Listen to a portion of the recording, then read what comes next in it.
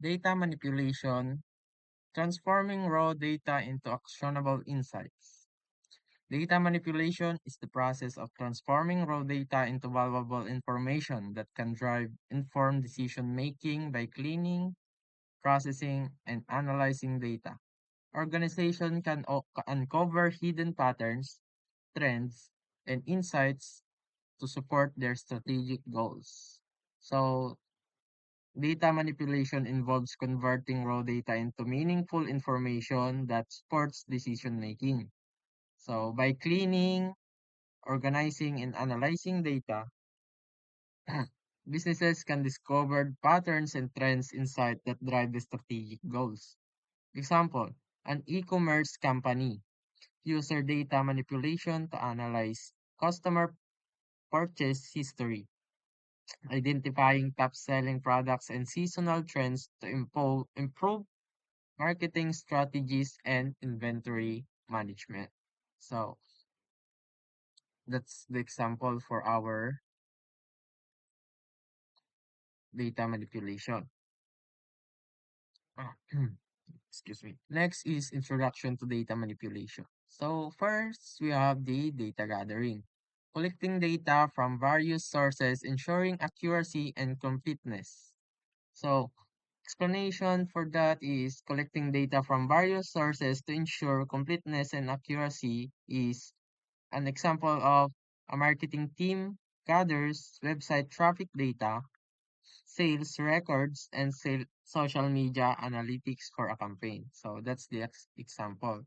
Next is data cleaning, identifying and addressing errors, inconsistencies, and missing values in the data. So removing errors, inconsistencies, or missing values in the data set to ensure reliability. Example, a financial analyst identifies and corrects duplicate or incomplete entries in expense report. That's it. So next we are the data transformation. So organizing and formatting data to make it more usable and meaningful. So what we have that is organizing and formatting data into a structure that is meaningful and usable. Example of that is a data scientist converts unstructured customer feedback into categorized sentiments, which is positive, neutral, negative. So that's three choices for the analysis. Next. Data cleaning and processing. Handling missing data. Identifying and addressing missing values through techniques like imputation or removal. It involves identifying gaps and addressing them to ensure datasets and completeness and reliability. This can be done by removing incomplete rows or columns, imputing missing values using methods like min or mood, or applying advanced techniques like KNN, imputation, or forward fill for time series. Next is removing outliers. Detecting and addressing outliers that may skew data analysis and insights. Um, Involves identifying data points and significantly deviate from the rest using methods like Z-scores, the IQ, R rule, or visualization like box plots. Once identified, outliers can be removed, capped, or transformed depending on their impact on the analysis. Next, standardizing formats, ensuring consistent formatting and data types across the datasets. Standardizing formats ensures consistency in the dataset by converting values into a uniform structure. This includes aligning date formats, example, year, month, and day. Standardizing Unix, example is meters versus feet, or unifying text capitalization and removing inconsistencies in categorical labels. Next slide is data transformation techniques.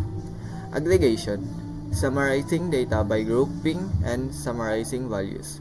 Aggregation involves summarizing data by applying functions like sum, min, or count to groups based on specific criteria.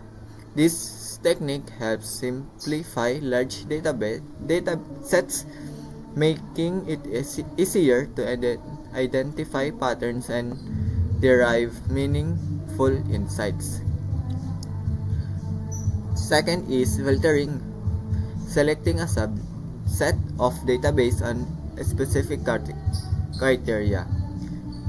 Filtering is a data transformation techniques used to select specific subsets of data based on certain condition or criteria. It involves removing unwanted data or focusing on the relevant points such as filtering out rows with missing values or selecting records that meet specific thresholds. Example is sales above a certain amount. The last is normalization, scaling data to a common range or unit to enable meaningful comparisons. Normalization is a data transformation techniques that rescales numerical features to fit within a specific range, typically 0 to 1. This is done to ensure that each feature contributes equally to the analysis or machine learning model, preventing features with larger scales from dominating the results. Exploratory data analysis. EDA is a critical step in any data analysis project, bridging raw data and actionable insights. By identifying patterns, generating hypotheses, communicating insights. So identifying patterns, detecting trends, correlation, and anomalies within the data. For example, we're going to analyze sales data to find seasonal trends, seasonal trends, or uncover unusual spikes in activity. Generating hypotheses, formulating questions and ideas to guide further data explorations.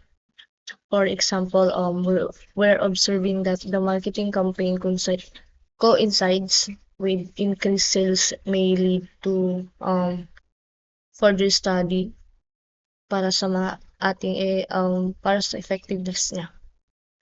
And communicating insights, presenting findings in a clear and compelling way to stakeholders. For example, like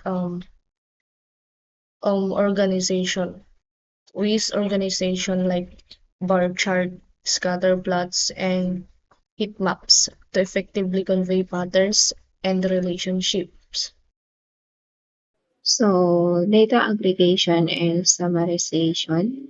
Number one is summation. So involves calculating the total or cumulative value of a dataset.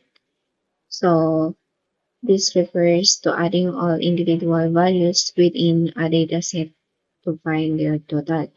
For example, if a dataset contains numbers like 2, 4, and 6, summation will result in 2 plus 4 plus 6 equals 12. And number 2 is average. So average determines the central tendency of a dataset. This is typically done by calculating the mean, which involves dividing the sum of all data points by the total numbers of points. For instance, if the dataset includes 2, 4, and 6, the average is 2 plus 4 plus 6 divide 3 equals 4. And the last one is counting. Counting tallies the number of occurrences or data points. So this method focuses on determining how many elements or entries exist in a dataset. For example, in a dataset with values 2, 2, 4, and 6, counting will reveal there are 4 data points. Visualizing data patterns, line charts, effective for displaying trends and changes over time.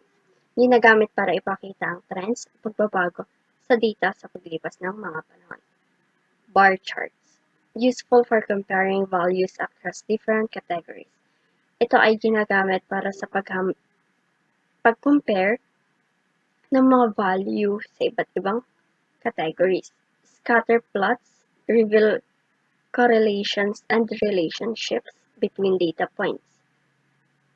Tumutulong na ipakita ang correlations and relationships sa iba't ibang mga data points.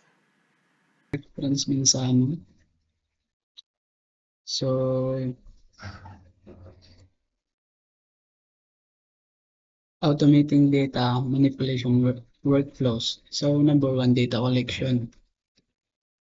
Data collection is the process of gathering and acquiring data from various sources to use for analysis, reporting, and decision making. Automating this process involves using tool or script to feed data regularly without manual intervention. Common methods include extracting data from report from database, escape information from website, or full data for services like Twitter using the API by automating data collection. You save time, reduce errors, and ensures consistency, especially when dealing with large database of tasks and need to be repeated frequently. So next, data cleaning. Number two, data cleaning is the process of fixing or moving incorrect, inconsistent, or incomplete data to ensure to accurate and usable. Involves tasks like filling in missing values, correcting errors, removing duplicates, and standardizing formats, dates, or text. By automating data cleaning, you can ensure that your data is consistently prepared for analysis while saving time and reducing the risk of human error. So sa number 3, data transformation. Data transformation involves converting raw data into a more useful or structured format to meet analysis or processing needs. This includes tasks like aggregating data, reshaping tables, margin, database, or line calculation. Automating data transformation ensures that data is consistently proceed in the required format, making this faster and easier to generate insight. So, yun lang po.